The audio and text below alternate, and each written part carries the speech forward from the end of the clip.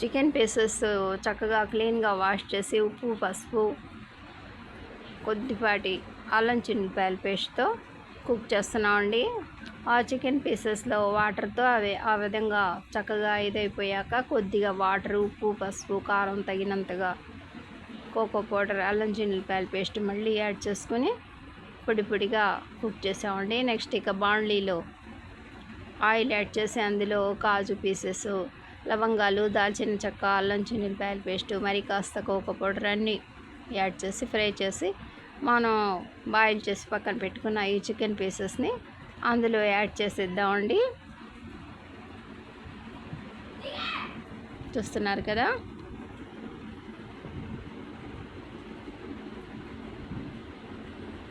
చక్కటి స్మెల్తో ఈ ఫ్రై తయారవుతుందండి. కాజు chicken fry ready అయిపోయిందండి. చూస్తున్నారు కదా,